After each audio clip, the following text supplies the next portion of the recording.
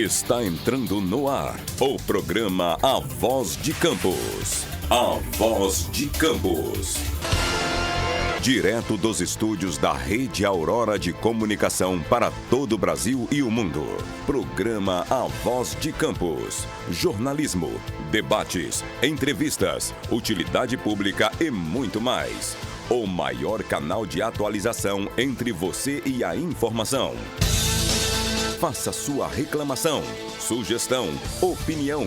Solicite as melhorias do seu bairro e da sua cidade. Está no ar o programa A Voz de Campos, feito com interatividade. E você é a prioridade. Já deu tudo certo. Já deu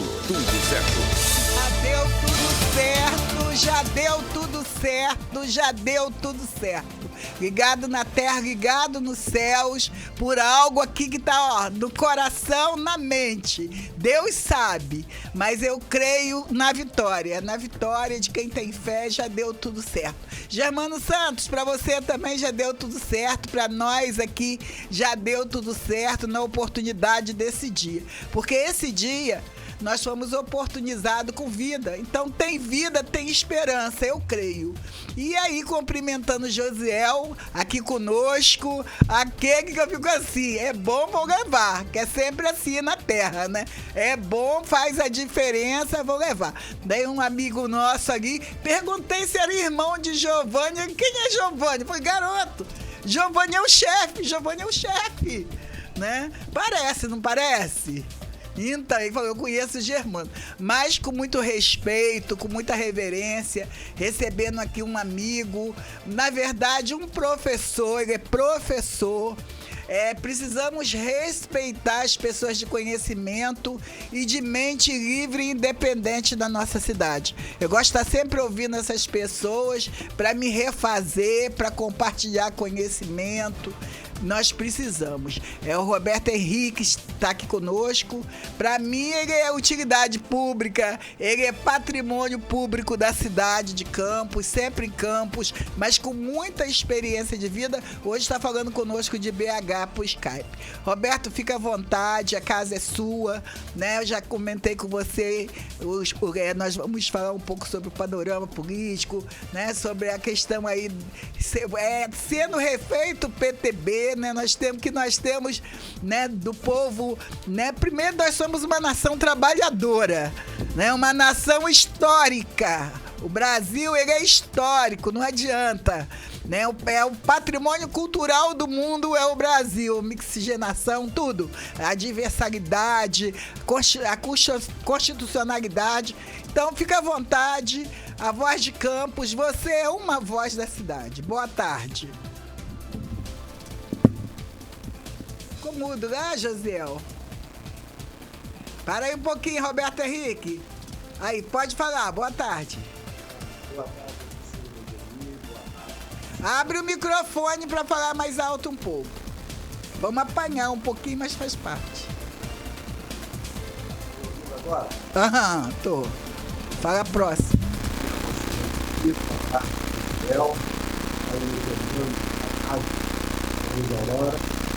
Quero dar também uma tarde pessoal e particular para todos os que estão nos acompanhando aí pelas redes sociais e por todos os canais que transmitem esse valoroso. Olha, Roseli, a sua permissão, nessa abertura, fazer uma homenagem a um grande artista que partiu do sábado, o nosso companheiro de jornada,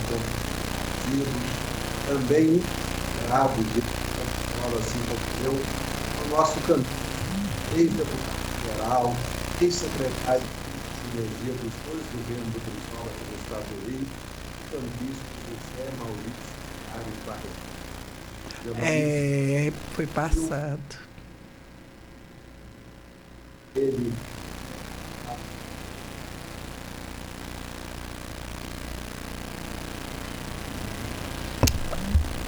O som é lá?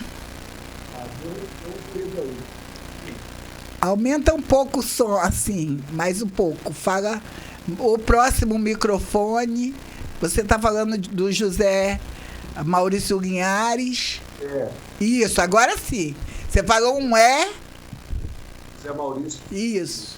secretário de Minas e Energia dos dois primeiros governos Brizola, relevantes resultados.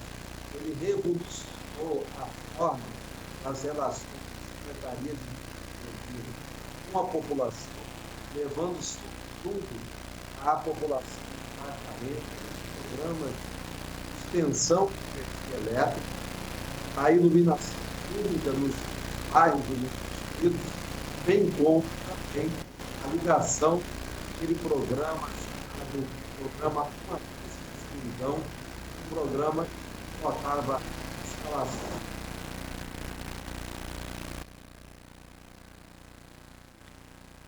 Entrou uma ligaçãozinha, é só você apagar a ligação, continua, pode seguir. Está ouvindo? Tô ouvindo. Tô ouvindo. O som a gente ainda tá, né? Mas à medida que for evoluindo, você vai soltando aí sua voz. Tá, então o Zé Maurício Linhares, ele instalou um programa revolucionário sobre o comando do nosso governador Leonel Brizola, que foi aquele programa Uma Luz na Escuridão. Todos se lembram. Tinha muitos bairros em campos e nas cidades do estado do Rio de Janeiro que sequer tinha energia elétrica, muito menos iluminação pública e muito menos ainda a instalação de rede elétrica nas residências das famílias dos nossos irmãos mais pobres. E através da Secretaria de Minas e Energia, através da antiga SERGE, o Zé Maurício Linhares implantou esse programa que levava a energia elétrica, a instalação básica de rede nas residências. E uma das cidades que teve uma instalação civil de projeto piloto foi em Campos, foi na comunidade da Balieira, onde ali foi um projeto piloto para depois se estender para todos os outros bairros de Campos. E além do projeto o Zé Maurício também chamado Sérgio Rural, que era a extensão de rede elétrica para o produtor rural, para aqueles que vivem no interiorzão dos municípios do estado do Rio. E além do projeto Sérgio Rural e Uma Luz na Escuridão, o projeto Noites Claras. O Noites Claras era um projeto de iluminação pública em bairros e distritos. Evidentemente, além de todo o legado de 6 mandatos, inclusive deputado federal constituinte, né? Ele assinou a Constituição como deputado, trabalhar desde o início do mandato, de 1987, até a conclusão e a edição da Constituinte. O Zé Maurício fez um trabalho extraordinário lá junto com o Ulisses Guimarães e todos os outros brasileiros que confeccionaram a Carta Atual do Brasil. Eu quero aqui deixar esse registro, né? Fazer justiça a esse campista, que o último cargo público dele foi comigo. Quando eu assumi a prefeitura em Campos, prefeito de Campos, em exercício, o José Maurício Linhares foi meu secretário da Casa Civil, a secretaria particular da prefeitura de Campos. Tanto naquele período, ele foi chamado por mim, ele que morava em Niterói, chamado por mim a Campos para, naquele período de ele foi de uma grande participação, pela sua experiência, toda a sua expertise, a sua sabedoria, nos emprestou também já idoso, né, mas com muita energia ainda, ali naquele período que ele pôde ser ali um dos meus bons auxiliares à prefeitura.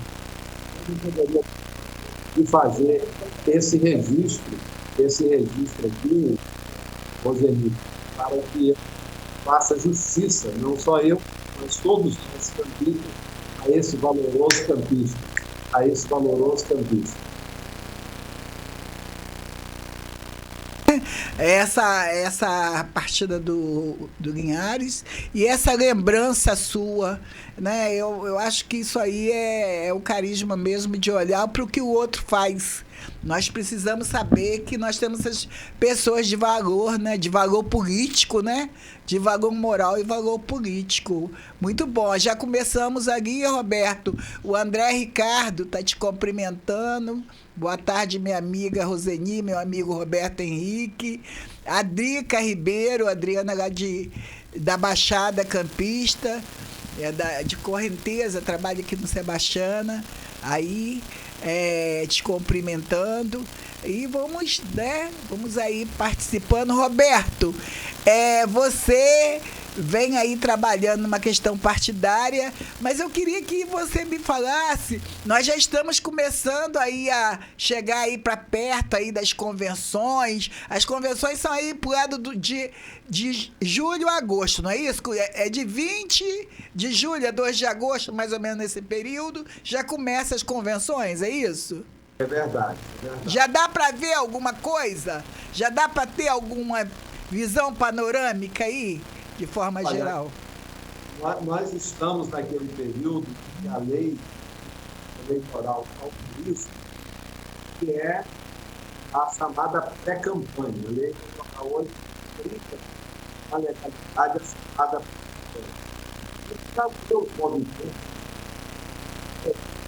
enquanto não pode a regra, né?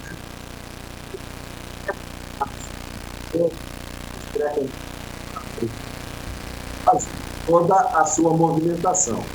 Nós, o PT histórico, esse ainda não quis lançar candidatura, nem a prefeitura, nem a criança. Isso porque nosso partido está num processo de edificação. Né? Sabe, o PTB histórico de Vargas, ele foi tomado à força em 1980. Quando houve a ditadura civil, os partidos foram extintos, né, pela ditadura civil. E a partir dessa extinção, um dos partidos mais perseguidos foi o partido do Getúlio Vargas, o partido do Jango, o partido do Collor. Isso, desafiaram a força do PT, o golpe civil militar, com o presidente Goulart, que era do PTB histórico. Então, quando a abertura política, a forma do exílio, que ele fez o mais longo exílio brasileiro, cumprido pelo nosso líder Leonel de Moura Brizola. Então, após aquele longo exílio, ele já ainda em Lisboa, antes de voltar ao Brasil, ele fez, junto com os trabalhistas históricos, a chamada Carta de Lisboa, onde manifestava ali todo o seu retorno do exílio. Um dos pontos era justamente a retomada do processo histórico dentro do partido criado Getúlio Vargas. Aí o que aconteceu? A ditadura civil-militar, os golpistas, não queriam testar com escola todo aquele legado de Getúlio Vargas, da era Vargas, do trabalhismo. Por quê? Porque tudo aquilo que nós temos, Roseni, vocês que estão nos acompanhando, aquilo que nós temos de estrutura dentro da vida nacional, no Estado brasileiro, a grande maioria absoluta foi tudo criado dentro de Vargas e pelo trabalhismo. Eu vou daqui a pouco fazer um breve histórico desses feitos. Retomando, o Brizola já lá em Lisboa, ele tratou da retomada no Brasil através do PTB histórico. Então, num golpe, o Golbery com o Silva, né, com os militares, tomaram a força a do Brizola, né, e obrigou o Brizola emergencialmente a fundar o PDT, O PTB decidiu, inclusive, para eleger emergencialmente o Brizola ao governo do Estado do Rio de Janeiro em 1982. A partir dali, o que acontece? Sempre houve um sonho do Brizola de retomar no PTB. Para onde?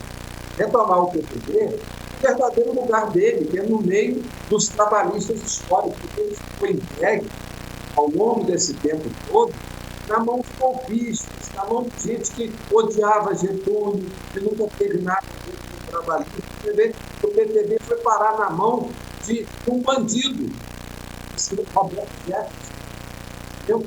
Parar na mão desse jeito, ultimamente. Então, o partido foi sequestrado. Aí, agora, no final do ano passado, nós retomamos o PTB. Nós demos entrada numa ata,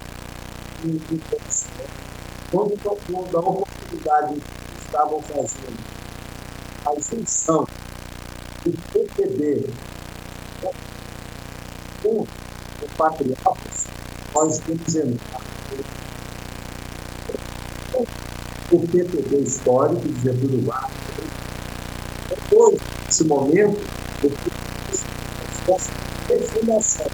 Nós estamos na fase das coletas de assinaturas que irão homologar, patentear todo o desejo nosso, o desejo do Brasil, de voltar o PTB histórico, não o PTB que é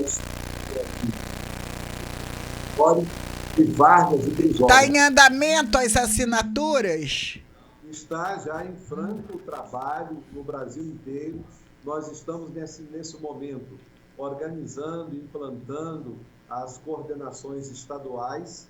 As coordenações estaduais em cada estado brasileiro, e elas estão implantando as coordenações nos municípios, e esse processo nós temos até a eleição de 2026, nós estaremos prontos, onde nós vamos lançar candidatura à presidência da República, vamos lançar os candidatos ao Senado em todos os estados, candidatos à governadoria nos estados e as chapas de deputados estaduais e deputados federais também nos estados brasileiros. Olha, Roberto, nosso programa é ao vivo, então quero te contar uma realidade aqui, que o Gesiel está aí em pé na batalha, porque houve, mas você viu que melhorou? Ele tá achando que tá chiando na live, ele queria parar 2 minutinhos para recomeçar, mas eu tô vendo que a audiência tá mantendo e as pessoas estão assistindo. Tá no retorno da live, chiando? Eu achei que agora parou. Eu achei que parou. Agora, nas últimas... Você tá ouvindo algum chiado aí? A Drica tá ligada. Vocês estão ouvindo? Porque agora parou. Eu fiquei aqui sustentando. Você falou do Roberto Jefferson. Eu estou aqui segurando, porque as informações são de relevância e queria parar, mas vamos seguir. Vamos seguir que parou. Para mim, parou aqui, sua voz ficou normal. Porque o pessoal vai interagindo. Tá o Edmar Alves Azevedo aí ligado, dando boa tarde, cumprimentando o Roberto Henriques. Edmar, fazia aqui um registro, Roseni. Fica à vontade. Edmar é um dos 212 brasileiros que assinaram a carta de refundação do PTB histórico de Vargas. Eu quero assinar também. Quero ajudar a passar. Eu gosto do movimento, você sabe disso? Isso aí, mas, Roseni, veja bem, o porquê que tomaram o PTB histórico das mãos do Brizola. Veja bem, a ditadura civil-militar, os golpistas, as elites nacionais, não queria que ficasse nas mãos do Brizola, né, esse legado. Né? Roubaram da mão do Brizola, sequestraram o partido. Por quê? Por todo o legado do trabalhismo. Veja bem, o que era o Brasil até 1930? O Brasil era uma grande fazenda, onde se disputava as oligarquias paulistas e as oligarquias mineiras naquilo que ficou conhecido como a chamada política do café com leite. Então, o Brasil não tinha indústria, o Brasil não tinha movimentação urbana no sentido de gerar riquezas para construir, e a partir da construção de um parque industrial brasileiro, porque tudo que nós tínhamos de manufatura, tudo que nós tínhamos de maquinaria, dentre outros equipamentos, tudo isso era importado, principalmente da Europa, sobretudo mais da Inglaterra.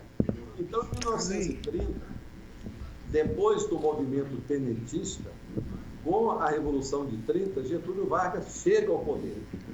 Getúlio Vargas, chegando ao poder, ele tomou, né, a máquina do Estado brasileiro sob o seu comando e com patriotismo, com um projeto nacional, ele procurou dialogar com a nação através de ações de criar sonhos e perspectivas e, ao mesmo tempo, muito prático, executando aquilo que deveria ser executado, que seria um plano de governança. Para fazer isso, Getúlio teve a coragem que o senhor Fernando Henrique não teve, que o seu Luiz Inácio Lula da Silva não teve, a coragem que dona Dilma Rousseff não teve, a coragem que o seu Bolsonaro não teve e que Lula não teve até agora, que foi de decretar a auditoria da dívida pública. Então, em 1931, o governante brasileiro, o Getúlio Dornelles Vargas, ele decretou a auditoria da dívida pública. E sabe o que restou provado? Que o Brasil só devia 40% do que cobrava o Brasil. Era uma forma de espoliar o dinheiro dos brasileiros. Aí Getúlio Vargas disse aos credores: vamos pagar só aquilo que ficou apurado, é 40% do capital principal, e vamos diminuir a taxa dos juros, porque vocês iam cobrando sob um principal que não era verdadeiro. Um principal que na realidade não era o 100%, era 40% daquilo que nós realmente devemos. E foi graças a essa auditoria da dívida pública que Getúlio pôde implantar a nossa planta industrial. O Brasil passou a indústria. A Companhia Siderúrgica Nacional de Volta Redonda, a Companhia Siderúrgica de Ipatinga, Minas Gerais, criou o Ministério da Educação, criou o Ministério da Saúde, que não existia, fez escolas, né?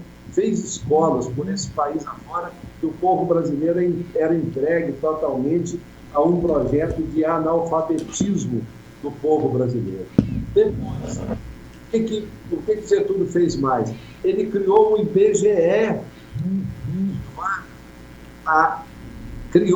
Quis ouvir o povo, né? Que o IBGE é uma ponte de pesquisa. Criou o salário mínimo. E o salário mínimo da época de Getúlio era 5 vezes mais ao valor de hoje, se você atualizar o valor de 1900, da década de 30 para cá. O salário mínimo de Getúlio Vargas valia por 5 vezes mais ao salário mínimo de hoje. Criou a carteira de trabalho para o trabalhador ter direitos sociais e direitos trabalhistas. Criou a CLT, a consolidação das leis trabalhistas.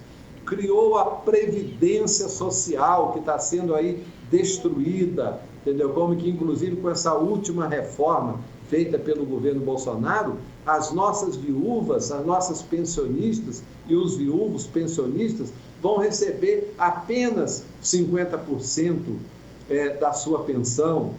Os nossos jovens, com essa última reforma, vão demorar para aposentar, é só depois dos 80 anos, entendeu como? Então, o Getúlio Vargas criou toda essa estrutura que propiciou o maior período de desenvolvimento da história do Brasil. Ele criou ainda os bancos regionais, o Banco do Nordeste, de fomentos, né? Criou a carteira agrícola do Banco do Brasil, a carteira industrial, as carteiras, né, de criação de empréstimos a juros baixos para o desenvolvimento do Brasil. Dentro do PTB, né? Dentro do PTB, né? Porque a gente fala toda essa construção histórica dentro desse partido que agora vocês vêm para rememorar e trazer à tona o bojo, esse histórico, e o PTB de volta. Trazer de volta porque ele foi sequestrado à força em 1980 das mãos do Brizola. Ele criou a Petrobras, Getúlio Vargas. Você, meu irmão e minha irmã, que é bolsista da CNPq, das universidades federais, a bolsa do CNPq de pesquisas, Getúlio Vargas. O Correios e Telégrafos, quem deu a estrutura moderna dos Correios e Telégrafos, Getúlio Vargas. Enfim, todo essa Companhia Vale do Rio Doce, que foi privatizada criminosamente pelo senhor Fernando Henrique Cardoso, entendeu?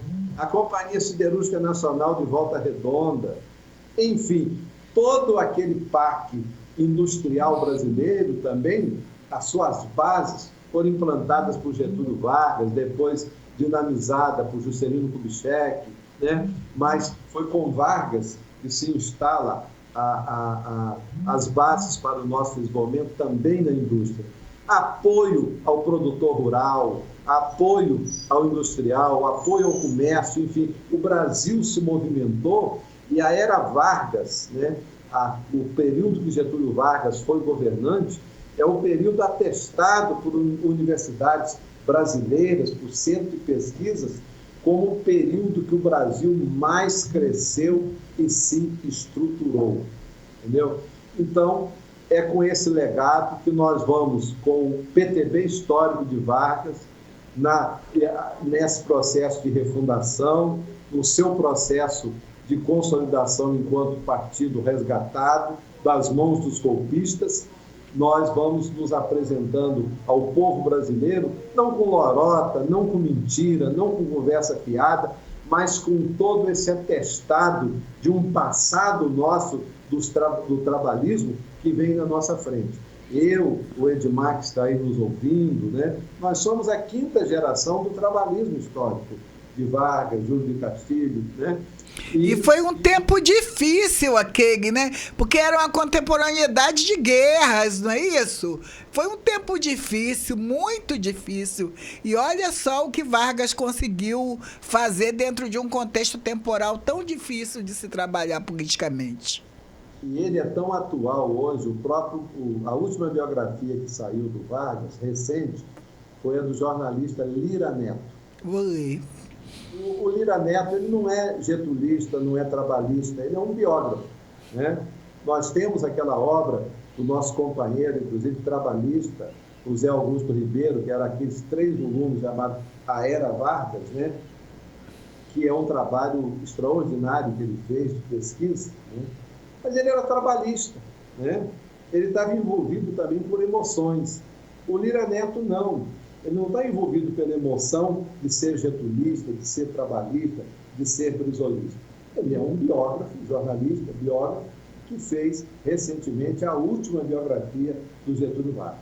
Ele deu um depoimento recente no programa Reconversa, onde ele diz que ele não é trabalhista, ele não é getulista, mas que ele reconhece na figura de Getúlio Vargas como o brasileiro mais importante, não é da República Brasileira, não, da história do Brasil. Ele chega a atestar isso, palavras dele, estou repetindo aqui, com absoluta... Que as escolas não ensinam, né, Roberto?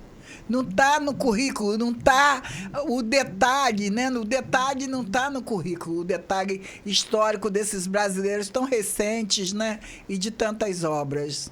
Porque não querem rememorar isso para esconder do povo brasileiro que é possível o Brasil progredir, que é possível criarmos aqui nesse país maravilhoso um Brasil que seja para todos, um Brasil onde as pessoas possam viver felizes, onde as pessoas possam viver com todas as suas garantias enquanto pessoas humanas, né? Os pais de família, as mães de família e, sobretudo, os nossos jovens com perspectiva. Isso é possível, porque esse Brasil tem todas as condições para fazer isso. Não fazemos por causa de uma camarilha entreguista, impatriótica, né? Que quando o Brasil vai crescendo, eles criam golpes. Toda vez que o Brasil vai num crescendo, eles criam golpes para impedir o povo brasileiro de se libertar. E criam esses golpes com as ajudas daquilo que se ficou convencionado e conhecido como o imperialismo norte-americano, que hoje já não chamamos mais de imperialismo, chamamos de império, né? Então é uma maldição que vem de fora. É uma maldição que vem de fora. Porque o Brasil, toda vez que o Brasil cresce, né, eles têm medo do Brasil, né? E que, na realidade, os Estados Unidos fez, desde a sua criação, é espalhar guerras por todos os continentes, entendeu? Ele não é um parceiro, ele é um invasor. Tem 800 bases militares dos Estados Unidos no mundo inteiro, em países que se agacharam, que permitiram. Mas a nova ordem mundial, que é um tema que a gente pode tratar dele um pouco aqui também. Com certeza, é bom. A nova geopolítica mundial, né? A multipolaridade, porque nós estamos vivendo, até recentemente, uma unipolaridade depois da Segunda Grande Guerra Mundial, né? Onde os Estados Unidos ganhou muito dinheiro com a guerra, né? Porque ele foi um dos últimos países a entrar em campo para defender o mundo contra o nazismo. Foi um dos últimos, foi altamente oportunista e ficou, a princípio, vendendo tanto para a Alemanha como para os países aliados, né? Entrou no final da guerra, quando a guerra já estava praticamente ganha, né? Que tanto os exércitos dos países europeus, né, e da antiga União Soviética, que derrotaram lá os alemães, né, aqueles que eram do chamado eixo, os alemães, a Itália e o Japão. Então, hoje, o vento está soprando para uma multipolaridade, por isso que você está vendo aí os Estados Unidos espalhar cisânia, espalhar guerras. Quem espalhou aquela guerra lá na Ucrânia? Você acha que existe guerra da Rússia contra a Ucrânia? Não existe essa guerra, isso é uma mentira. O que existe é a guerra da Rússia contra a OTAN. A Ucrânia é apenas o palco. É uma diversidade de decisões, né? Um presidente entreguista, impatriótico, chamado Zelensky, um moleque que ocupa a presidência lá, que está usando a Ucrânia como palco de uma guerra por procuração. Na realidade é isso. Por quê? O que aconteceu, para você que me ouve, as origens desse... Fecha a porta para mim, Fernando. As origens desse conflito que está lá a Ucrânia como palco. Entendeu? Foi o seguinte, ali na antiga Rota da Seda, né? Rota milenar da seda, que ligava um corredor comercial entre a Europa continental até a Ásia. Aquilo ali era um corredor. E ali naquele corredor comercial, que teve o seu auge até o século XIV, século XV, né? E depois dos descobrimentos, né? Criando outras rotas marítimas, como Vasco da Gama descobriu o caminho marítimo para as Índias, os grandes descobrimentos. Então, aquela antiga Rota da Seda esmoreceu-se um pouco ali. Mas todo aquele trabalho ali, comercial e também de convívio de várias culturas, com todo aquele trânsito, né, de pessoas nessa ligação da Europa com a Ásia, ali se espalhou pessoas entre a Europa até a Ásia, de diversas etnias.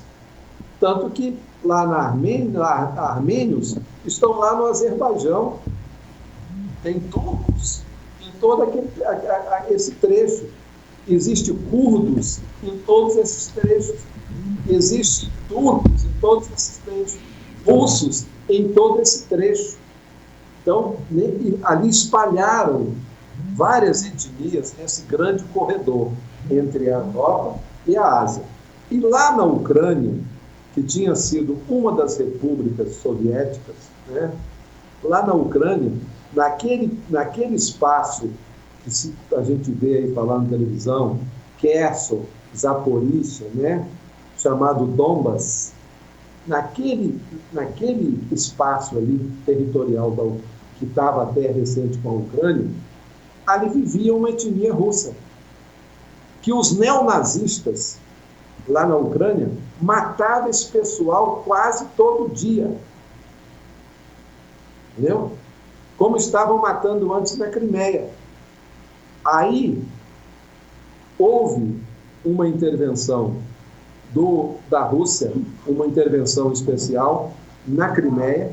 E em 2014, foi assinado o Acordo de Minsk, que é uma cidade da Crimeia, onde o governo da Ucrânia não iria mais deixar... Tocou o telefone. Enquanto tocou o telefone, retorna. Pode retornar, tudo bem. Então, houve o Acordo de Minsk, em 2014, onde o governo da Ucrânia ele ficou com a parte do seu compromisso de coibir todo e qualquer tipo de assassinato de pessoas da etnia russa nesses territórios onde eles viviam. Parou um pouco, mas daí a pouco começou a recomeçar aquela mortandade. Aí o que aconteceu? Em fevereiro de 2022, a Rússia não declarou guerra à Ucrânia. A Rússia fez uma operação militar especial. Entrou, cercou o Donbas e falou: a partir de agora, parou. Vocês não vão matar mais pessoas de etnia russa aqui na região do Donbas, em Kherson, em Zaporícia. É isso? Aí, logo a seguir, com 20 e poucos dias de confronto, logo a Ucrânia se interessou por celebrar a paz com a Rússia e fazer o acordo novamente.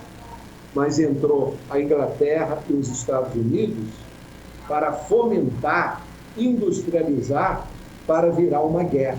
Porque eles começaram lá com a presença de membros da OTAN, apoiamento com armas, com dinheiro, financiando, aí sim, uma guerra. É isso? Como está também fomentando, lá em Taiwan, guerra entre Taiwan, que é um território chinês, que existe uma só China, contra a China. Entendeu? Por que isso? Sabe por quê? Quem ganha com isso? Porque os Estados Unidos está quebrado. Ele não tem indústria mais. Para vender. A única indústria que eles têm é a indústria da guerra, é a indústria bélica. Se você for nos Estados Unidos, compre lá uma camisa. Não é de indústria nacional, correto? Como também eles fizeram essa guerra, é uma tentativa de quebrar as relações comerciais da Rússia com a Europa continental. De onde ia o gás da Rússia para a indústria alemã? Por 20 centavos de dólar através do Nord Stream 1. Depois estava sendo criado o Nord Stream 2, entendeu? O gasoduto que ligava da Rússia para a Alemanha, para o parque industrial alemão. A Alemanha está em crise, o desemprego lá aumentando, o parque industrial sendo destruído. Por quê? Porque deixou de comprar o gás barato da Rússia por pressão dos Estados Unidos, porque os Estados Unidos têm uma base militar dentro do território da Alemanha e obrigou a Alemanha a romper as relações comerciais com a Rússia, onde ela comprava o gás por 20 centavos de dólar e hoje paga a $1,10, comprando um gás de péssima qualidade, poluente, um gás de xisto. Além disso, voltando também a movimentar a sua indústria com carvão vegetal. Eles querem aqui no Brasil que o Brasil cumpra as suas metas, né, de combate ao aquecimento global, né, preservação das nossas matas, e temos que fazer mesmo, porque é o correto, mas eles lá não fazem, eles estão voltando a queimar carvão para as indústrias lá na Europa. Por quê? Porque deixou de comprar o gás barato da Rússia. Entendeu? Por quê? Os Estados Unidos está perdendo terreno e ele tem a Europa, né, por ele dominar os países europeus, impor a eles uma regra de criar uma bolha, né, uma bolha comercial, uma bolha de relações financeiras, relações comerciais com a Europa, porque está perdendo também na África.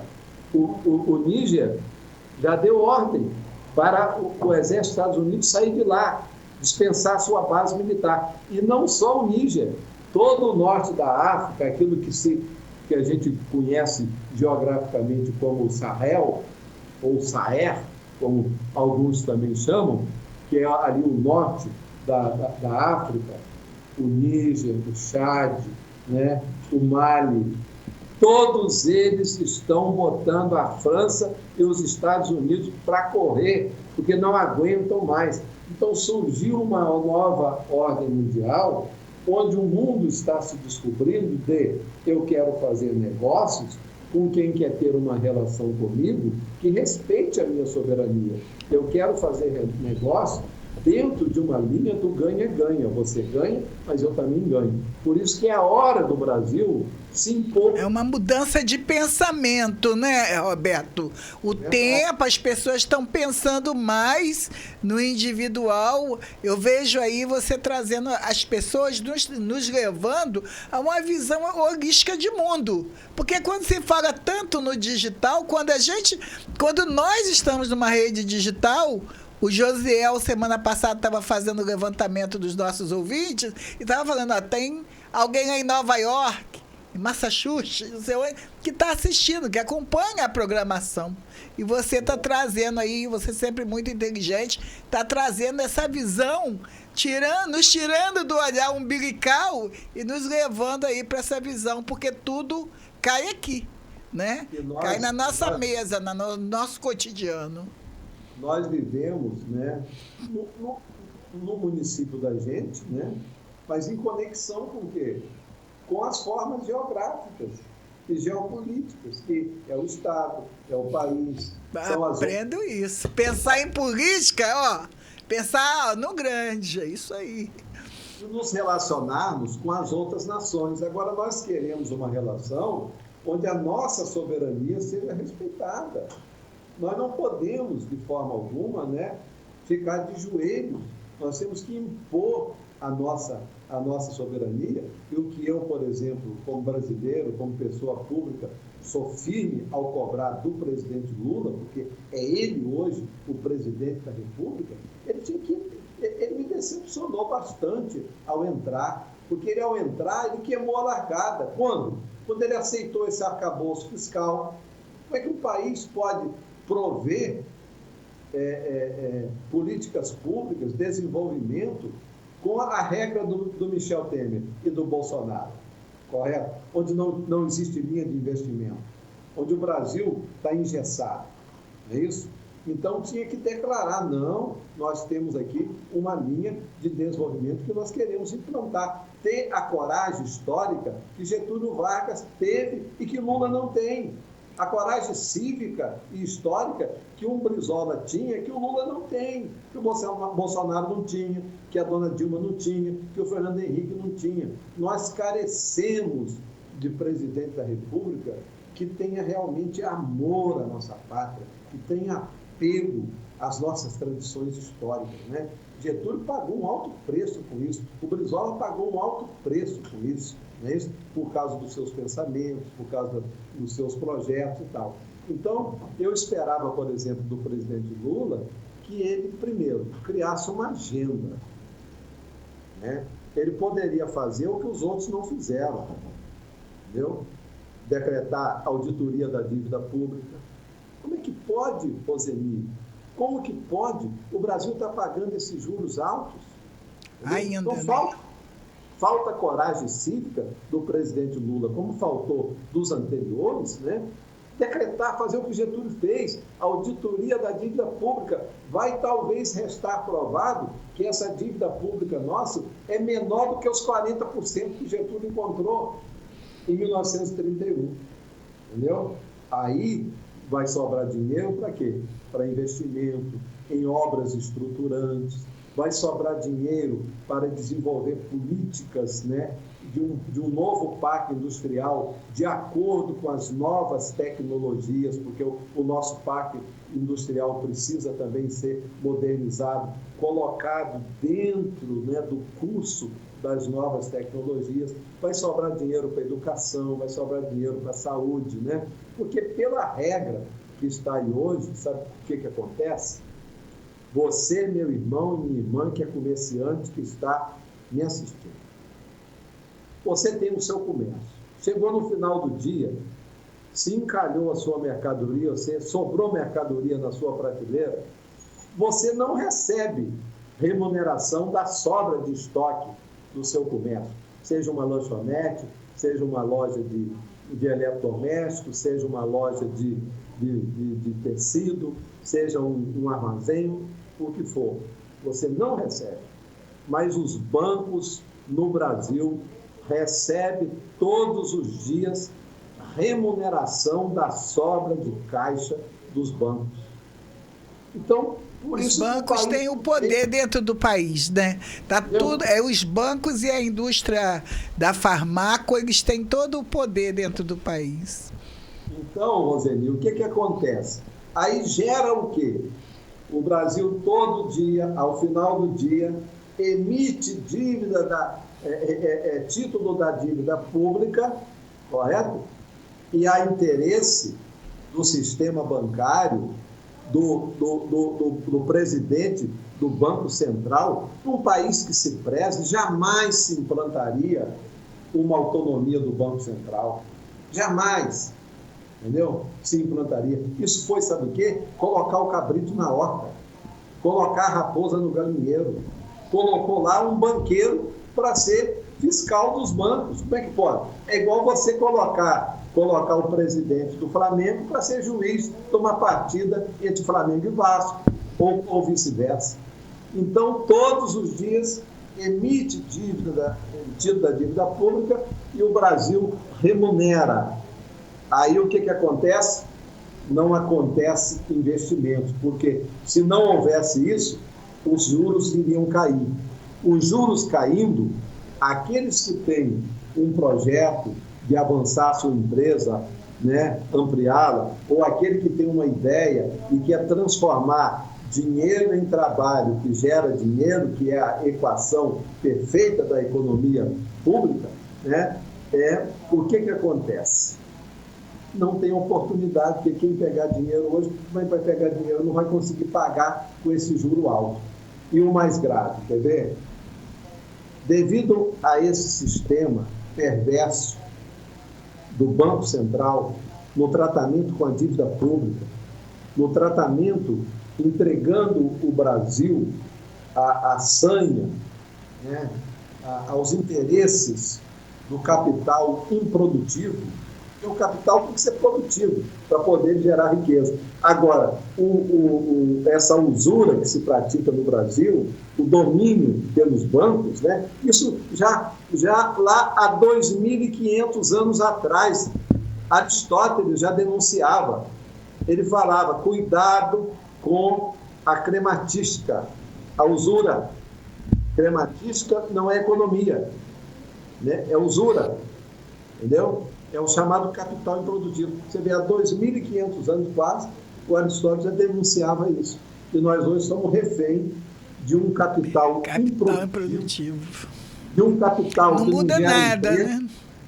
Em que os bancos é que mandam. E vou provar a vocês que os bancos é que mandam. Quer ver uma coisa? Desqualifica, mas não altera. Desqualificam, mas não melhoram, né?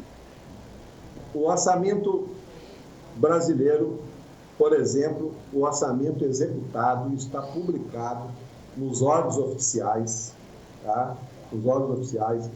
E a Auditoria Cidadã da Dívida já publicou também, quem quiser entrar aí, entra no endereço Auditoria Cidadã, da Maria Lúcia Fatorelli, uma grande brasileira, uma auditora de carreira que presta um relevante serviço. Auditoria Cidadã, dá uma pesquisada aí depois. Justamente denunciando esse assalto ao dinheiro do povo brasileiro. O orçamento de 2023 executado, já executado, todo o seu lançamento e publicado, não caiam para trás. 46,23%, quase 50%, do orçamento executado no ano passado foi para os bancos, para o pagamento de serviços de dívida, para o capital improdutivo, para o capital financeiro. 46,23%. Como é que esse país pode dar certo? Como é que esse país pode... Espantoso e lamentável. Uma pobreza de verdade. Como? Você sabe, quem criou os programas de bolsa fui eu, a minha equipe, da Fundação do Menor, hoje Fundação da Infância, em 1991. Essa bolsa começou comigo, mas não para ser uma madrasta do povo brasileiro, não para ser parte do problema, mas parte da solução. É um apoiamento, mas paralelamente a isso, tem que ter investimento para gerar emprego, para gerar condições dignas para o pai, a mãe, os membros de cada família. Então, Roberto, eu queria te fazer uma pergunta em cima dessa criação de bolsa. Queria fazer uma observação, tem as pessoas aqui te cumprimentando. Puxa para cima um pouquinho. Veio em cima do que veio na minha mente, que eu não sabia da criação de bolsa.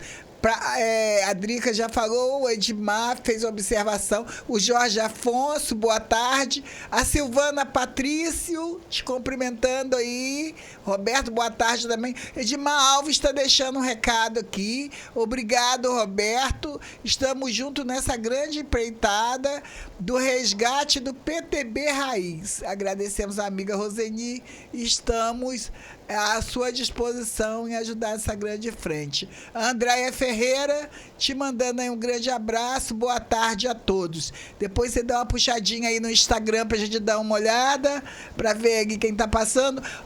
Roberto, eu tenho uma observação, gostaria que você falasse sobre isso.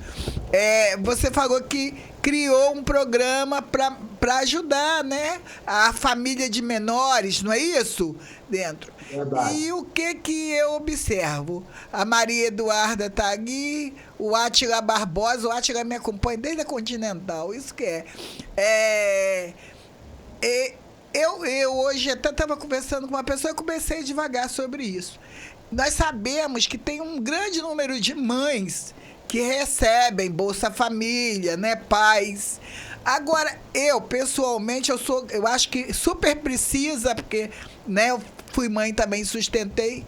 Agora, eu gostaria muito que tivesse também uma lei inversa para cobrar o resultado dessas criações, dessas crianças.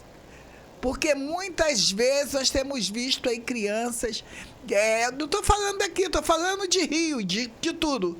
Crianças que ficam soltos ao relento, sem uma cultura especial, sem o acompanhamento do pai e da mãe, que geralmente, que às vezes estão recebendo aqui para criar aqueles filhos. Não sei se você está conseguindo alcançar meu raciocínio. Aí essas crianças ficam sendo jogadas para lá e para cá, na idade do 8 aos 14, aos 16 anos.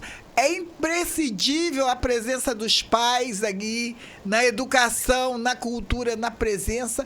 E hoje a gente vê um grande número de mães que são ajudadas e que não têm aí, não implantam aí, não investem aí na cultura do filho. E a gente vê aí muitas crianças indo para a cadeia e tudo mais. Olha, Roseni, só para completando lá a minha fala sobre a relação do governo brasileiro, do Estado brasileiro, com os bancos, né, com o sistema financeiro nacional e internacional, não deixe de consultar a Auditoria Cidadã.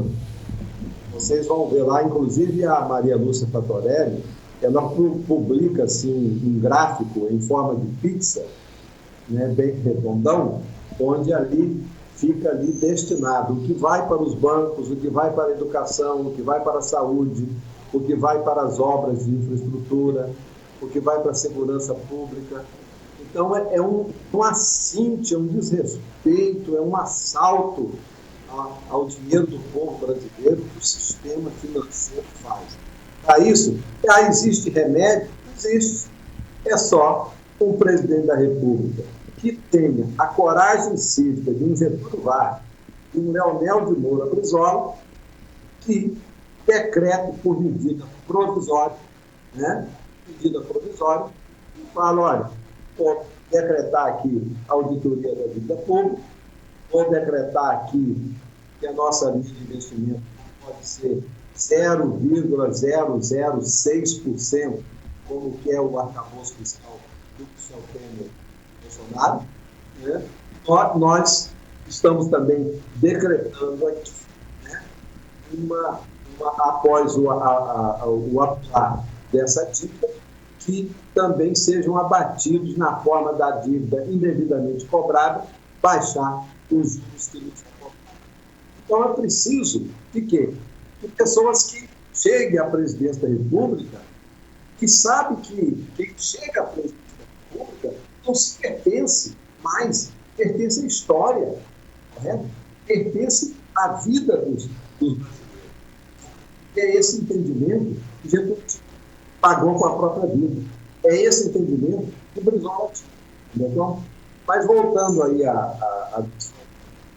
os programas com a atuação da Bolsa, que surgiram em Campos dos Goitacazes em 1991. O primeiro governo, eu tenho que fazer justiça aqui, porque ele não faz comigo. Quando o garotinho fala do cheque cidadão, ele não fala. O cheque cidadão é um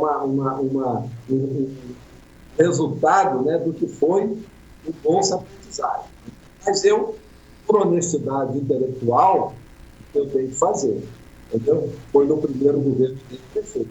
O provedor daquele projeto foi a Prefeitura do Espírito Santo, porque a Fundação Luminosas era uma fundação pública ligada à Prefeitura. Então, tem que reconhecer. O que aconteceu? Quando nós assumimos a Prefeitura, em 1989, logo nós detectamos que existia uma evasão escolar alta. Crianças, meninos, meninas, que abandonavam o banco escolar muito cedo e que ia tanto ao trabalho na rua, como ia também ao trabalho em corte de cano, como ia também em função chamada para testes e outras formas de trabalho, que era a oportunidade de aumentar um pouco a pouca renda que a família tinha. Com isso, elas abandonaram a escola. Então, nós ficamos, assim, pensando, né, qual a intervenção que nós poderíamos fazer ali para a gente frear essa evasão escolar. Uma vez que também, né, o projeto dos CEPs que Brizola tinha implantado tinha sido desmobilizado pelo Moreira Franco. Criminosamente, esse sujeito acabou com o projeto dos CEPs. E, lamentavelmente, o Marcelo Alencar, que era oriundo do PDT, de Brizola, Rosinha Garotinho, oriunda do PDT, Antônio Garotinho, oriundo também do PDT de Brizola, não se preocuparam de resgatar aquele maravilhoso projeto da escola em tempo integral. Brizola fez 500 e colocou para funcionar, não foi só construir, colocou para funcionar. 16 desses CEPs foram instalados em Campos dos Goitacazes. Entendeu? O J. Queiroz está te fazendo uma pergunta ali, Roberto. Deixa você concluir e depois faz a pergunta. Então, Roseni, vocês que estão nos acompanhando.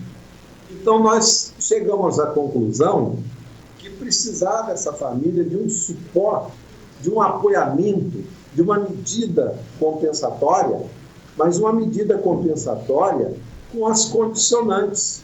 Qual a condicionante? A condicionante da criança estar no banco escolar. Então, esse apoiamento financeiro, ele é importante em todos os países que se desenvolveram. Lá, por exemplo, os países nórdicos, lá na Suécia, na Suíça, na Dinamarca, todos eles aplicaram essas medidas de apoiamento, que é o chamado renda mínima, que depois dessa iniciativa nossa, né, o Eduardo Matarazzo Suplicy, inclusive, apresentou um projeto que foi aprovado e que não colocaram em prática até hoje, a chamada renda mínima. A renda mínima e esse tipo de apoio de bolsa, o que é? E eu sou amplamente favorável. É um apoiamento para que a família não vá para a extrema pobreza e que se garanta o banco escolar para as suas crianças. Essa é a medida. Essa medida, ninguém precisa ficar com ódio do pobre aí, dizer que isso é coisa para criar vagabundo, que não é não. É para que a criança estude, né? Isso aí é uma medida correta e que gera bons frutos. É só você ir num CRAS, que é quem regula as condicionantes, um dos CRAS da Prefeitura de Campos, ou quem é de outros municípios, e procure conhecer o programa Bolsa Família, que hoje em dia é a versão atual do que foi a Bolsa Aprendizagem que nós implantamos em 1991. Então, nós implantamos a Bolsa Aprendizagem em 1991, o que foi resgatando ali, naquele primeiro governo Garotinho, o banco escolar para as crianças. E, posteriormente, isso foi em 91, a criação da Bolsa Aprendizagem. E, olha, vou contar uma experiência minha. A Bolsa Aprendizagem funcionava assim. A criança ia para o banco escolar, na escola formal, um período do dia. E no outro período do dia, a criança estava numa das oficinas, ou na sede da fundação, ou nos convênios que a gente tinha com a Escola Técnica Federal, com o SENAI, com o SENAC, com algumas instituições em campos, tanto em distritos como nos bairros. Então, as crianças aprendiam, aqueles que tinham a partir de 12 anos, começavam a aprender um ofício. Eu, no ano passado, bati o meu carro ali na Rua Famosa. Arrebentou o carro, a frente toda. Entendeu? Eu fui parar no hospital, fiquei em observação dos problemas de tomar muito remédio para fumar o sangue, por causa do existente, meu problema de coração. Eu fiquei em observação por quase 30 dias em casa. Fiquei umas horas no hospital e depois fiquei em casa, né? Que poderia dar sangramento. Onde que eu consertei o meu carro? Quem está aí, ó, que quer conhecer, vá na Rua Miguel Herédia, no Chiquinho. Chiquinho é um pintor de carro, lá na Rua Miguel Herédia. Ele foi menino o quê? Menino bolsista da Fundação. Aprendeu profissão, né? Aprendeu profissão. Entendeu? E ele tem uma oficina. A filha dele já está na faculdade. São vários meninos assim que aprenderam. Eletricista básico, jardineiro, hidráulico, bombeiro hidráulico, jardineiro, eletricista, oficina de carro, de lanternagem, entendeu como? Meninas que aprenderam cabeleireiro, tem salões nos bairros que eram meninas do programa de bolsa. Aí cobre falhas, né? Cobre eventual falhas. Então, por isso é que eu cobro que, paralelamente a esse tipo de programa, como o que foi aqui o início, Bolsa Aprendizagem, e que hoje é aquilo que é o Bolsa Família, é preciso haver uma linha de investimento para que os pais dessas crianças sejam qualificados, para que os pais dessas crianças se insiram, sejam inseridos no mercado de trabalho, tenham a oportunidade. Pode continuar a Bolsa como auxílio para melhorar a renda familiar. Pode continuar, que isso aí não é grande problema. O grande problema é pagar juros para os bancos. O grande problema é entregar 46% do que o Brasil produz todo ano. A visão é maior, né? Então, aí o que acontece? Nós precisávamos dar um avanço nesse programa. Aí nós participamos de um projeto em parceria com a OIT, Organização Internacional do Trabalho. Aí nós criamos a segunda versão da Bolsa em parceria com a OIT. Meninos e meninas cortadores de cana e meninas domésticas. Meninas de 8 anos, 10 anos, trabalhando como empregada doméstica, ausente da escola. Então, aí foi criado o programa Desafio, em parceria com a OIT, Organização Internacional do Trabalho. Lá na OIT, esse programa nosso ficou conhecido no Brasil, porque participava do IPEC, que é o projeto OIT, a CONTAG, a CUT, a UGT, o Nilson participa. O meu sonho é participar lá, né? O UGT participa. E vai representando os trabalhadores da indústria pesada. Você pode pedir para ele lá na OIT, consultar os arquivos a partir de 1993, vai encontrar lá o nosso projeto. O Nilson é presidente da UGT do Estado do Rio, da União Geral de Trabalhadores. Era o único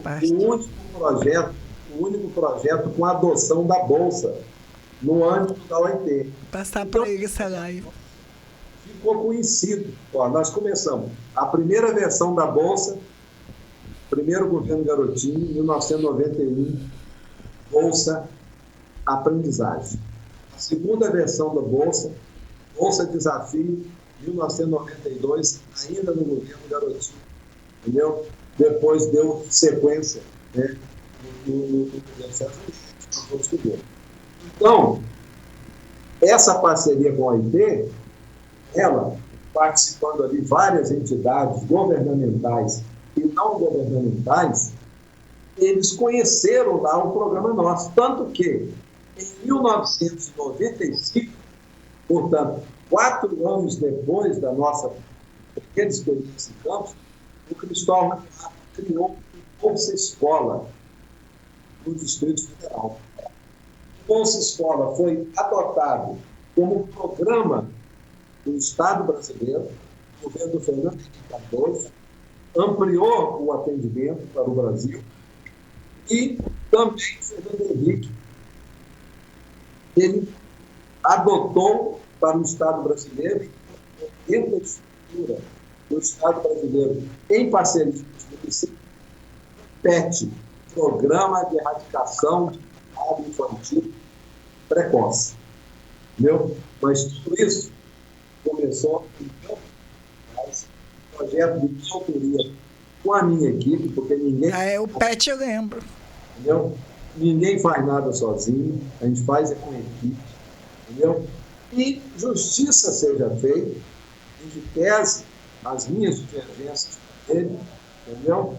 Mas foi no primeiro governo Garotinho, e Garotinho teve toda a atenção e era uma pessoa que se preocupava em prover os recursos. Eu falava, Garotinho, precisamos prover o recurso para isso. Ele corria atrás. Ele vive um projeto político ideológico, dá para ver. Roberto, o J. Motos Persa está perguntando a você. Gostaria de saber como o ex-deputado vê a situação da área de saúde no município de Campos. Olha, J. Queiroz. Eu participei, minha querida Roseli, meu querido Jota, todos vocês. Eu participei das origens dessa maravilha que não tem como dar errado, que salva o povo brasileiro, como salvou na pandemia, chamado SUS. Isso é uma maravilha. é o melhor sistema de saúde do mundo. Entendeu? Ele é muito bem concebido. É uma lei perfeita, né? Eu falo isso que eu conheço, por quê?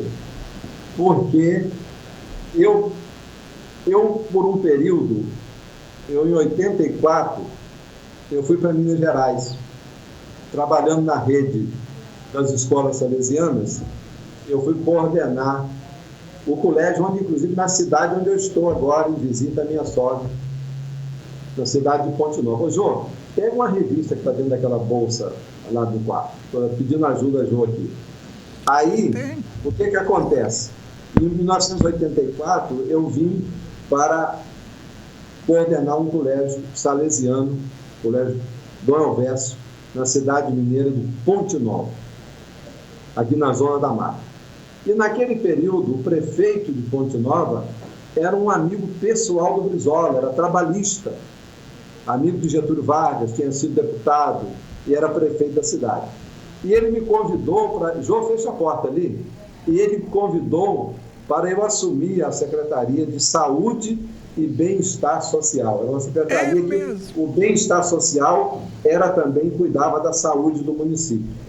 E naquela época ainda não existia o SUS. Mas foi naquele período em que eu era secretário em Minas Gerais, era eu secretário aqui em Ponte Nova e o Darcy Ribeiro, secretário em Belo Horizonte. Entendeu? Que tinha uma iniciativa do governador aqui de Minas de querer fazer uma escola semelhante aos CIEPs, aos Brizolões, aqui em Minas. Então, era eu aqui e o Darcy lá no governo do Estado. Então, ali começou, naquele período em que eu era aqui secretário de Saúde e Bem-Estar Social, as discussões sobre a criação de um sistema para a saúde brasileira. Então, ainda, ela deu o primeiro passo com a criação das CIMES, Comissões Interdisciplinares. Antes de existir o SUDES. Então, eu participei das origens das discussões, porque o município polo de discussão da Zona da Mata Mineira era um município onde tinha inclusive uma Universidade Federal, curso de Medicina, que era Juiz de Fora. Então, em Juiz de Fora, a gente reunia, no período em que ainda era a CIMES, antes do SUDES, para se discutir esse tal sistema único de saúde. Eu participei dessas discussões, como depois, como secretário municipal em Campos, né, eu participei ali do governo, onde estava no processo de municipalização do sistema descentralizado, que ainda não era o SUS, 90. Era o SUDES, que foi muito bem dirigido. Olha, o Edson Batista foi um excelente Tem pensado muito nele, você sabe. Hein? Eu tenho pensado muito em Dr. Edson nas últimas semanas. O Edson foi um excelente secretário de saúde no primeiro governo Garotinho, entendeu? No governo Garotinho. Então, ali também, eu não era secretário de saúde, eu era da área da infância, mas eu vi ali o andamento, eu participava das discussões do governo, né? Então, o sistema descentralizado, SUDES, e depois veio um outro passo, o SUS. E por que a saúde no Brasil, administrada pelo SUS, obedeceu esses passos? Porque um sistema você implanta para e passo. E, sobretudo, porque foi um sistema amplamente discutido com a sociedade civil. Tanto que, ainda lá no primeiro ano do governo Garotinho, o Dr. Edson Batista promoveu a primeira Conferência Municipal de Saúde, que funcionou lá no auditório, nas dependências do Palácio da Cultura. Então, para você ver como que tudo, o Sistema Único de Saúde, ele é bom, porque ele foi amplamente discutido pela base, as bases, com os profissionais de saúde, com as associações de moradores que representavam no Conselho de Saúde depois, né, as pessoas que são atendidas pelo Sistema Único de Saúde. Então, isso foi uma maravilha que se instalou no Brasil, o Sistema Único de Saúde. O que falta, meu caro Jota, respondendo a sua pergunta, depois de eu falar sobre essa criação dessa maravilha que é o SUS. O SUS é uma maravilha. Olha, eu vejo médico criticando o SUS, médico que gosta de ficar rico, não de ser médico. Mas eles não largam o SUS. Não largam o SUS. Correto? O hospital critica o SUS, mas não larga o SUS. Porque o que sustenta a saúde do povo é o SUS. Então, o que precisa?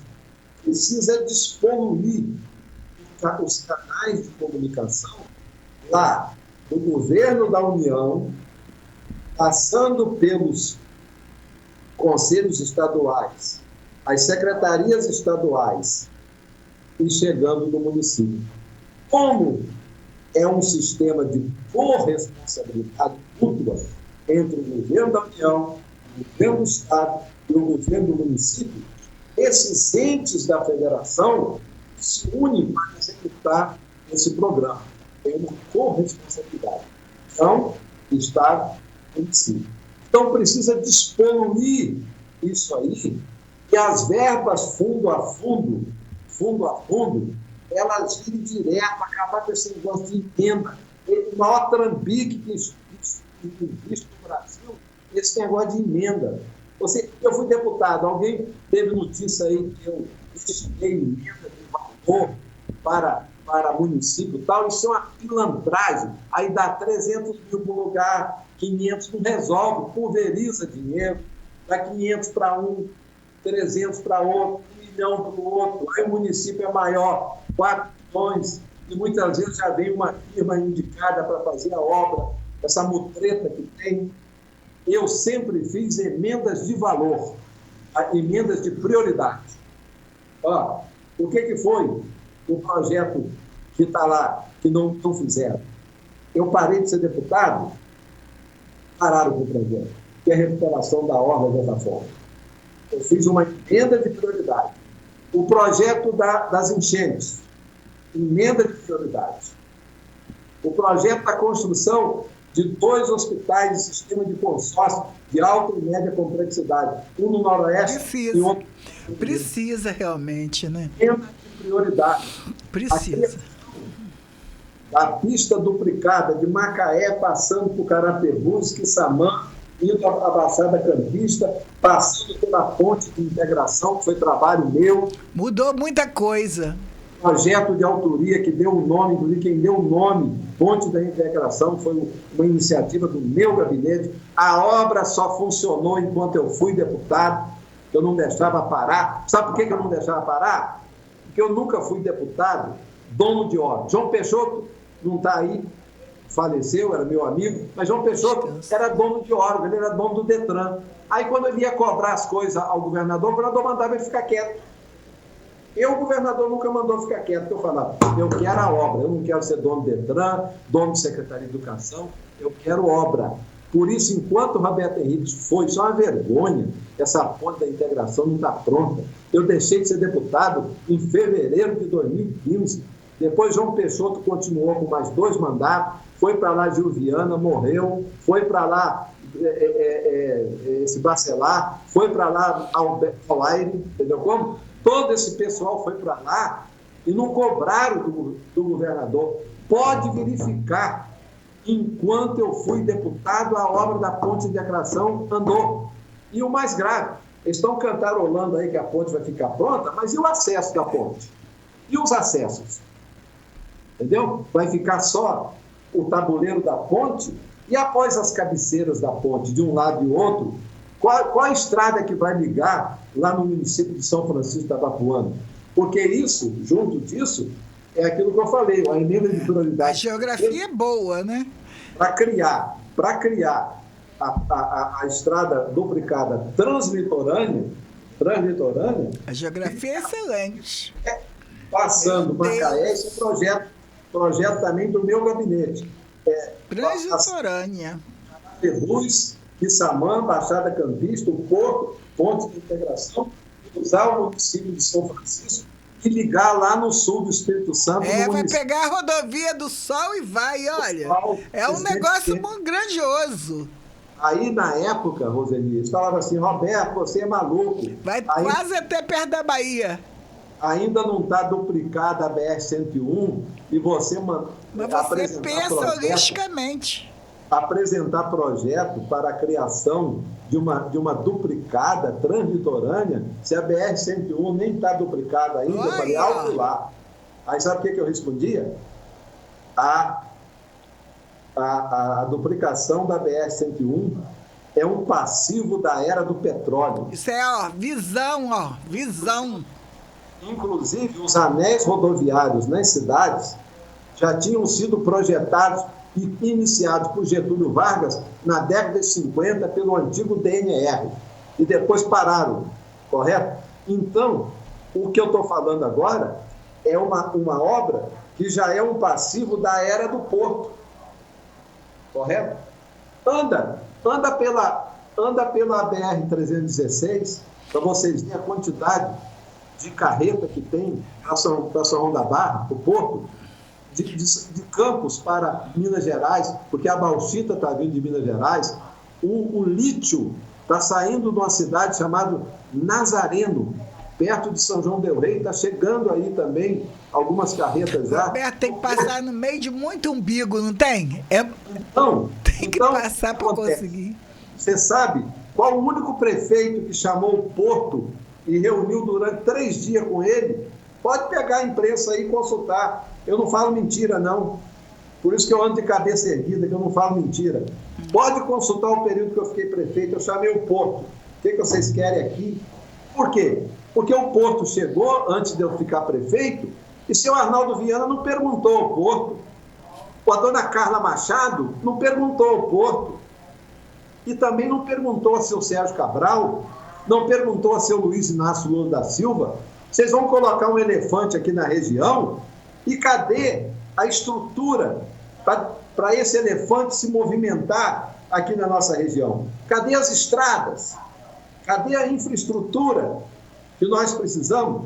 Como que seu Arnaldo Viana, dona Carla Machado, vocês eram os prefeitos, e depois seu Mocaibe aqui em Campos, os prefeitos na época que começou a instalar, seu Cabral, seu presidente Lula, vocês instalaram um porto na divisa de Campos com São João da Barra, dentro do município de São João da Barra, com a maior retroárea de porto da América Latina, e vocês não deram a provisão. Olha aí, Manso, ouve aí.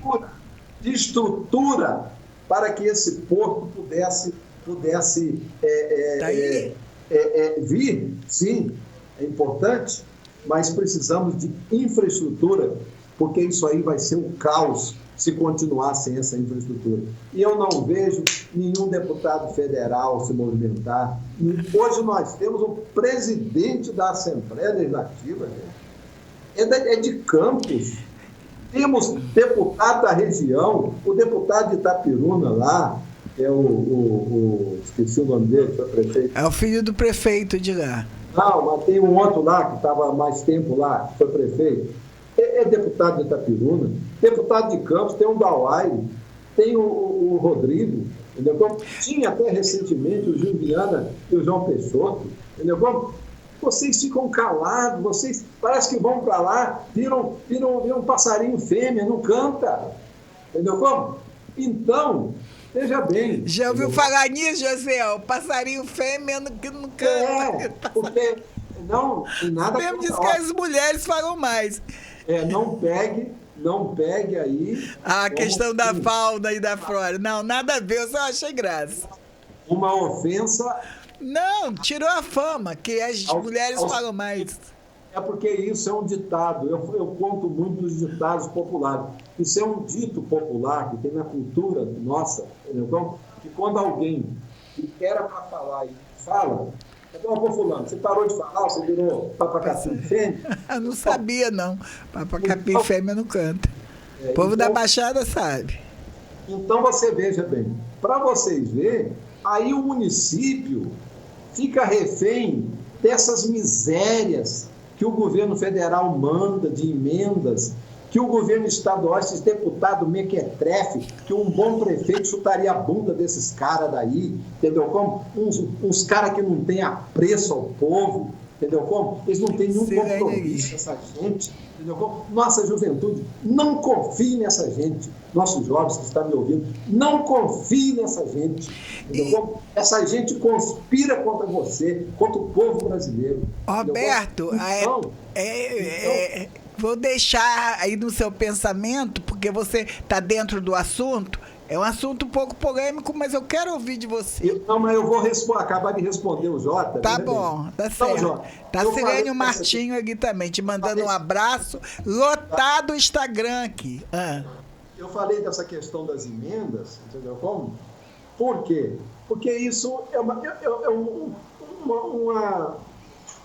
fagulhazinha que vem para Campos, para a região.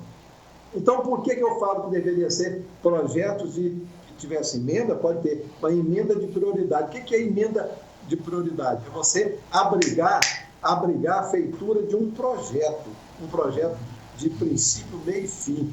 Um projeto que ele tenha as condições de produzir políticas públicas de qualidade. Não é ir fazendo de qualquer jeito. Então, a saúde sofre, portanto, meu caro João, essa questão, né, da poluição dos canais, desde o Fundo Nacional, passando pelo Fundo Estadual e chegando ao Fundo Municipal.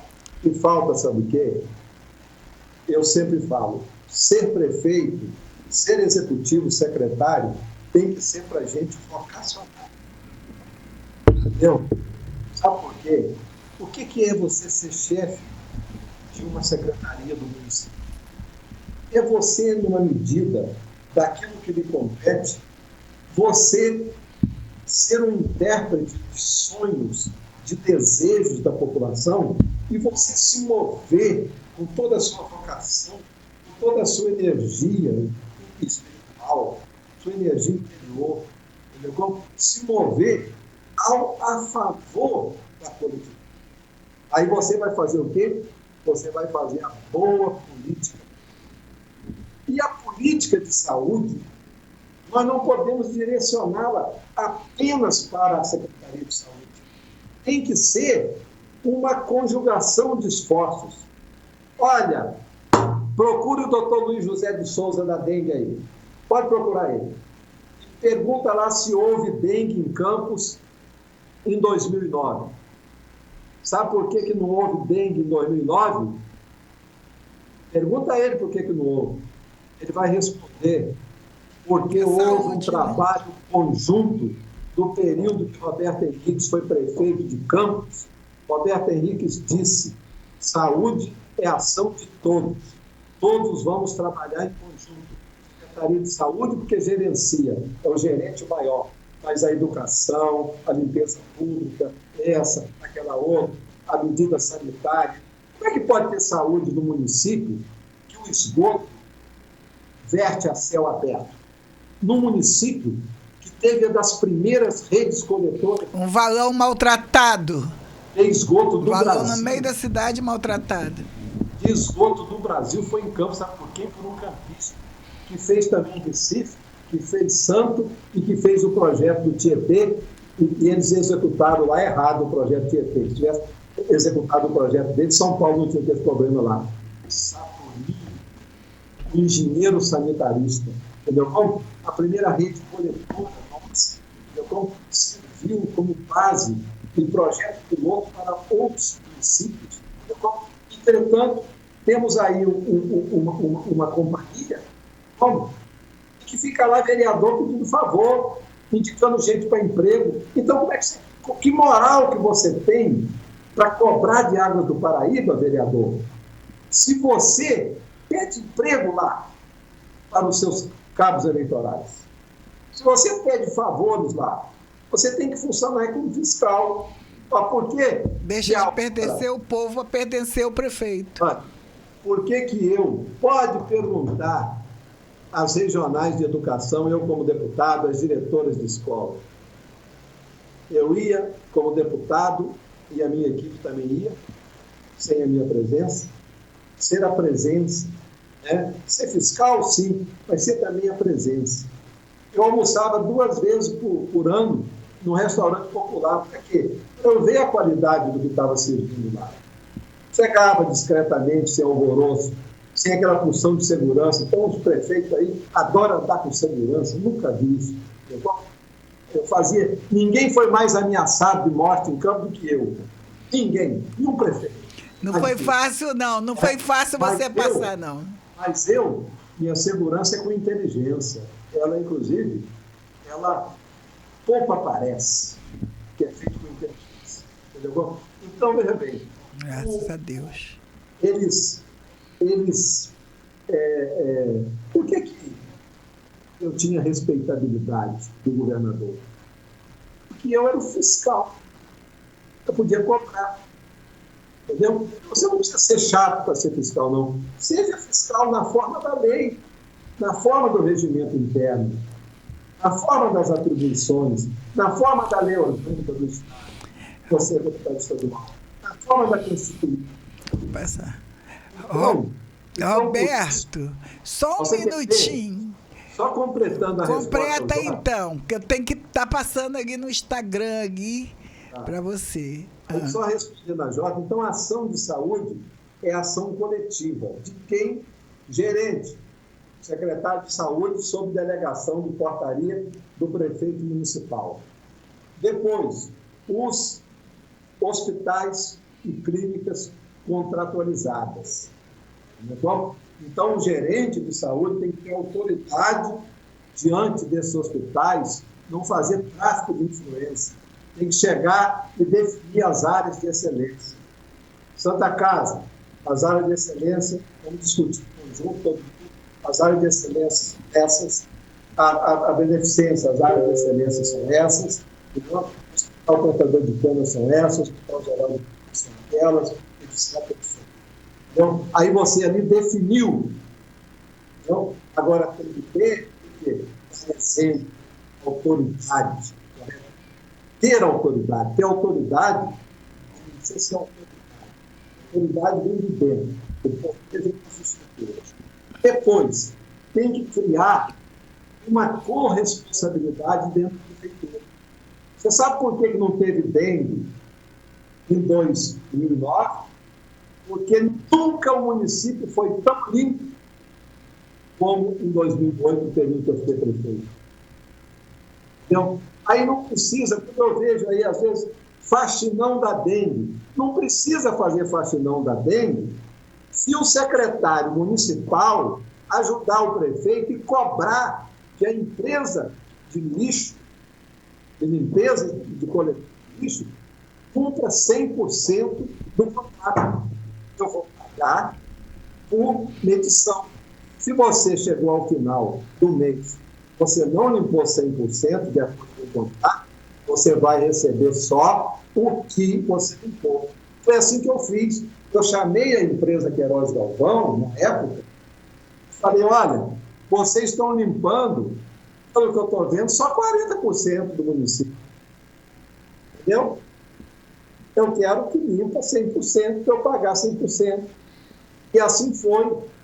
E fizemos uma integração também com as escolas. Com as escolas. Ação, então, né? Coletiva. De corresponsabilidade. E tem que também otimizar os equipamentos. Temos que ir a fundo no programa de otimização dos equipamentos comunitários que existem. Olha, muita coisa que foi implantada em Campos foi implantada no improviso. Ia lá num bairro, botava uma plaquinha lá e colocava UBS, mas lá não tinha nada. Era só uma placa, era só um pequeno prédio, e muitas vezes mal limpo, mal observado. Entendeu como? Aí ia no outro bairro, no outro distrito, muita coisa foi feita gastando dinheiro, quando poderia fazer os distritos de saúde, seja na área das áreas biomédicas, como nas áreas da medicina sanitária. Entendeu como? Criar ali.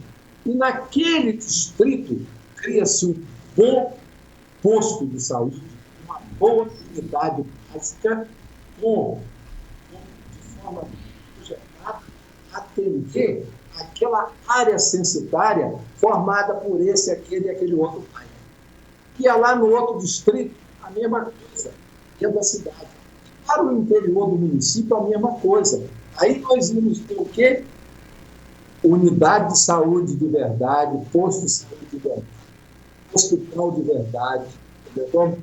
Teríamos também uma rede organizada cooperando de verdade. Bom, então, recursos do SUS, né? É preciso o município otimizar o recurso que tem e fazer aquilo que eu falava em 2020, quando eu comecei minha campanha de prefeito, e tive que parar por causa da pandemia, por causa dos meus problemas de saúde. Eu não pude fazer campanha de rua, então, o que acontece? Buscar dinheiro novo, ir no fundo a fundo da cidade e buscar dinheiro novo. Até recentemente, eu falava isso, cobrei isso na época, do prefeito Minas, como também atrás, Rosinha está isso, que muitas AIHs da hospital, os autos de internação, não era remunerado pelo SUS, o município que bancava. Então, gerou uma desordem que precisa ser feita no meu sentido, através do Conselho de Saúde, que é onde reúne paritariamente e a sociedade civil, né? E pensar, vamos inventariar o que temos. Diante do que temos, o que a gente pode fazer sinceramente, honestidade, para que o município de Campos tenha uma saúde melhor, para que não existam esses gargalos, tanto nos hospitais contratualizados, como nos hospitais municipais, como também um atendimento primário, lá básico, por isso chama-se unidade básica, primeiro atendimento. Então, para ser realmente atendimentos com diversas formas e modelos do sistema público, mas que funcione. Então, era essa a observação que eu lá. Uma resposta que excelente. O seu prefeito e secretário de saúde confiou na cobrança tanto da execução dos serviços, como na execução financeira daquilo que o Fundo da Municipal de Saúde repassa, correto? É buscar cobrar as obrigações. Então, sabe por quê, Rosemir? Quando eu fiquei feito, o pessoal achava que era... Roberto, sem querer te interromper, a gente está faltando 3 minutos, aí eu estou mais ou menos para terminar. Você não sabe a imensidão de pessoas que estão no Instagram e os recados aqui que você recebeu. Não, tem que ser em 2 tempos, porque o que você está nos dando de aula em educação de políticas de saúde pública, não dá para fazer um programa sem ter continuidade. E outra coisa, só para terminar essa parte, a política de Campos precisa deixar de ser politicagem, parar com essas brigas idiotas aí. É verdade. Eu queria que você resumisse num minutinho a pergunta que está aqui comigo. É sobre Silênio Martinho aqui, te mandando um abraço. Silênio Martinho é lá do Retiro, meu amigo, pai de Júnior. Foi meu amigo, irmão. Filho dele, meu amigo também, foi do Vasco, foi do Jomar. Passa pelo bar do Gote, atravessa a ponte. O Gote é meu parente. Ali, foi meu parente. Silvana Patrício, dando boa tarde, lembrando da obra lá do Jardim Carioca, falando de você, dos seus grandes projetos. Obrigado, Silvana. Roberto, eu vou abrir rapidinho aqui no Instagram, muita gente participando pelo Instagram, falta 2 minutinhos aqui, muita gente mesmo. São muitas pessoas, quero agradecer essas pessoas. tem o Átila, a Maria Eduarda, a Bibinho, Luciana, Luxibé, Luciana, o Everton, Cauã, Janaína, e tem Marcos França, meu abraço aí, o Anderson, Um abraço. Oliveira, Rodrigo, Ralph e muita gente, Roberto.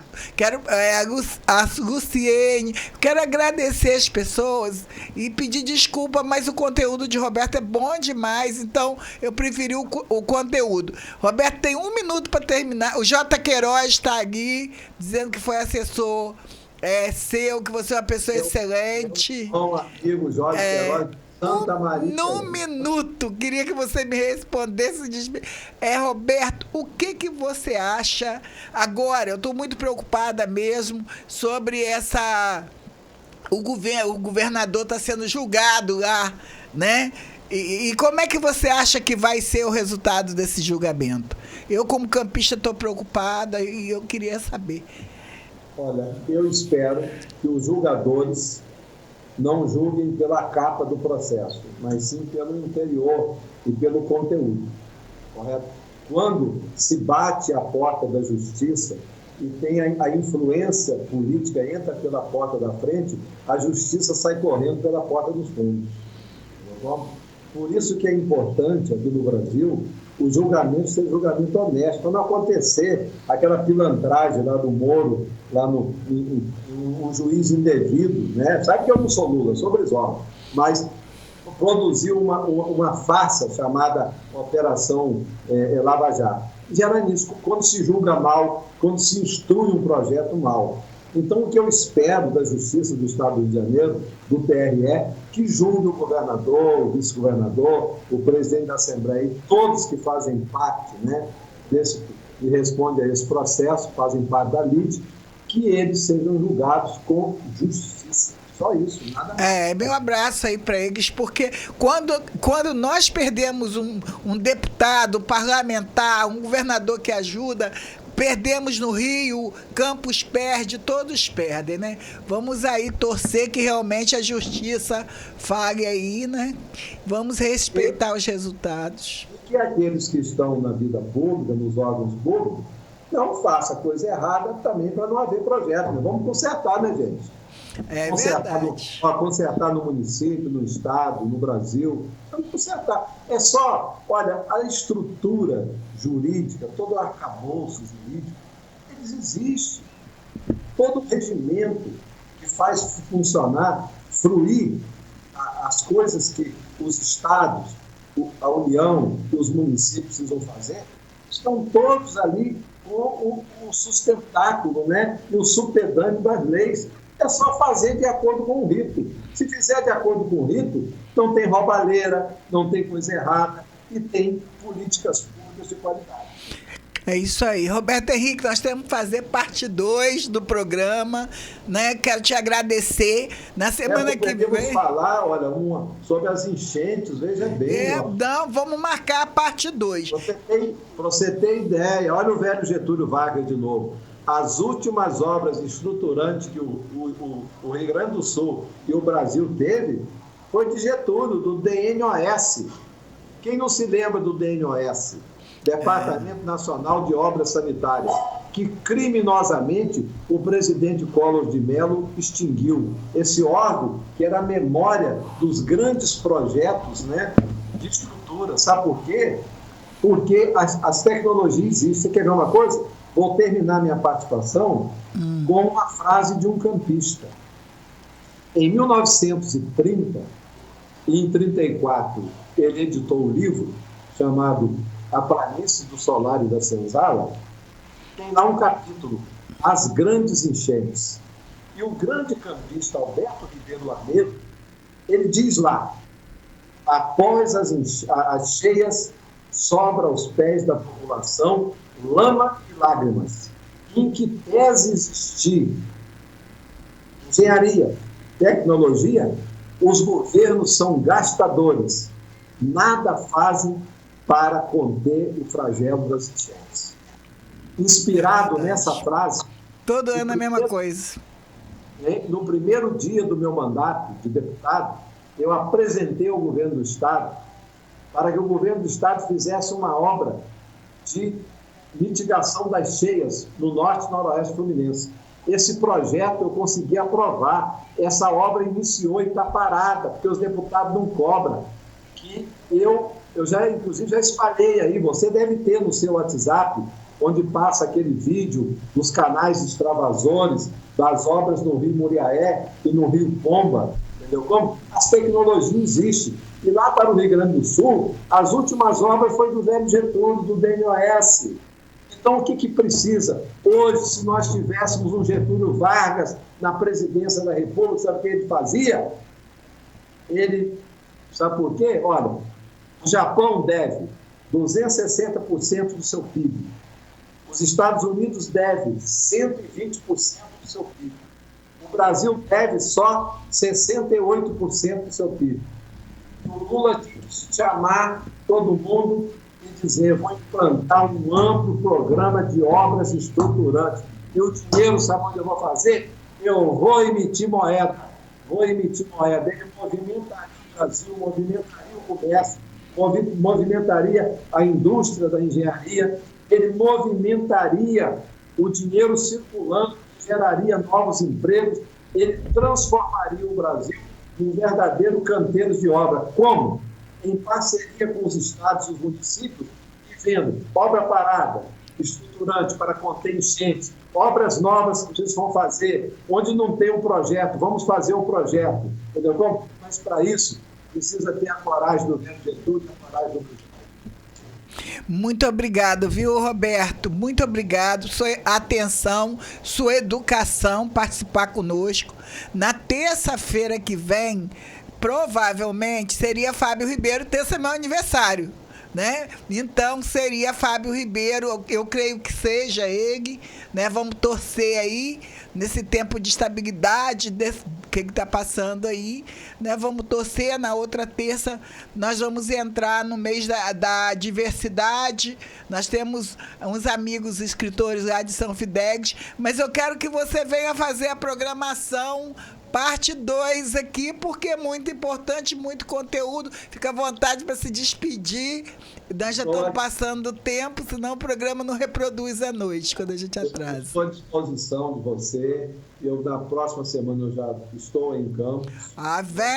Venha participar conosco. Você tem um lugar aqui na bancada. Quero deixar assim, um abraço pessoal e particular a todas as pessoas que nos acompanharam aí através das Foram muitas. Muito obrigado. Instagram lotou. Eu me alongo, mas é necessário. Eu sou de uma formação política. Eu saio outra daqui.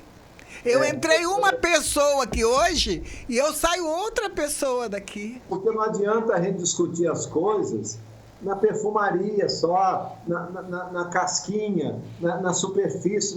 O Brasil precisa, o município precisa, que ele discuta as coisas a fundo. E é isso que eu fiz a vida inteira, não estou fazendo nada diferente. É da experiência. Então, eu quero agradecer a todos que nos acompanharam, agradecer a você, Roseli, pelo carinho, pela amizade, agradecer ao Josiel aí que nos auxiliou. Excelente!